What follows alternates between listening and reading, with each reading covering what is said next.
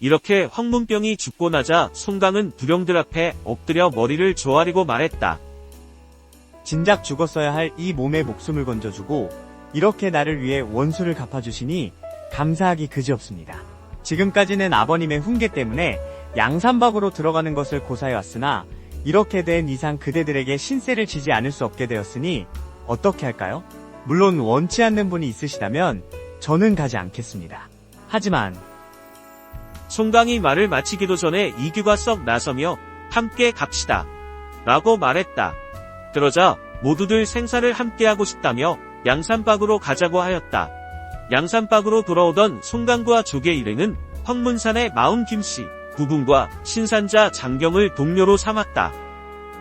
처음에 구분과 장경은 조계 일행에게 송강을 넘기라고 협박했으나 금방 오해를 풀고 동료가 되었다. 구분은 본래 군인이었으나 상관의 미움을 받아 결국 산적의 무리의 몸을 의탁한 사나이였다. 장경은 무예와 병법에 통달한 자로 특히 산수에 능하여 계산을 1푼 1리도 틀리지 않아 사람들이 신산자라고 부른다고 하였다. 한편 조계가 송강을 구출하여 양산박으로 돌아와 정리를 마치고 있을 즈음 서경은 양산박 근처에 주점을 새로이 열었다. 그러자 주점에 양훈과 석수라는 사람이 찾아와 양산박에 가입하고 싶다 하여 서경은 그들을 데리고 갔다. 양산박에 도착한 양훈과 석수가 축가장에서 벌어졌던 일을 전하니 그 내용은 다음과 같았다. 우리와 길을 동행하던 시천이라는 장수가 축가장에서 닭 한 마리를 훔친 것으로 말썽이 벌어졌는데 우리를 양산박 도둑으로 물었습니다. 도망치던 중 시천은 붙잡히고 우리는 동쪽으로 달아나 박천조 리응에게 달려가 도움을 요청했지만 여의치 않아 이렇게 양산박을 찾아왔습니다.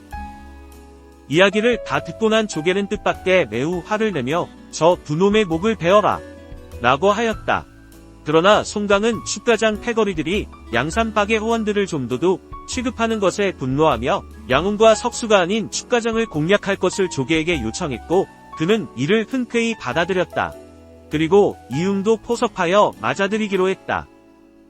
이튿날 축가장 공략에 대해 의논한 결과 송강을 총대장으로 한 토벌군이 편성되었다.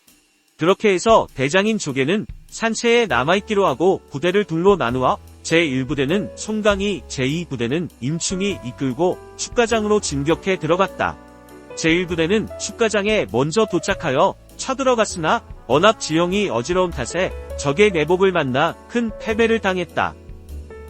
이에 송강은 사방으로 길을 찾으라고 명령했다.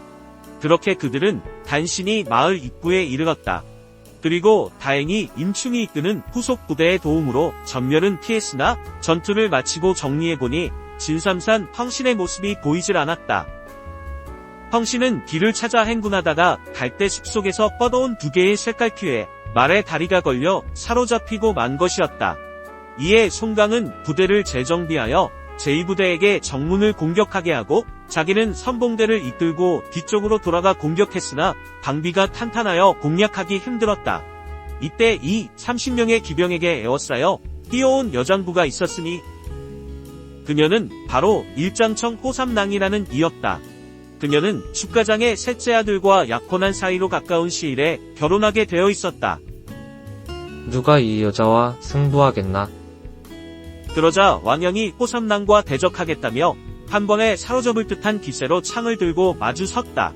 그러나 왕영이 그녀를 대수롭지 않게 여기고 덤벼든 것이 실수였다. 그는 의외로 강한 상대인 뛰어난 호삼낭의 무예에 눌려 10여 차례 겨룬 끝에 그녀의 칼에 쩔쩔매다 말머리를 돌리려 했으나 황신처럼 사로잡히고 말았다.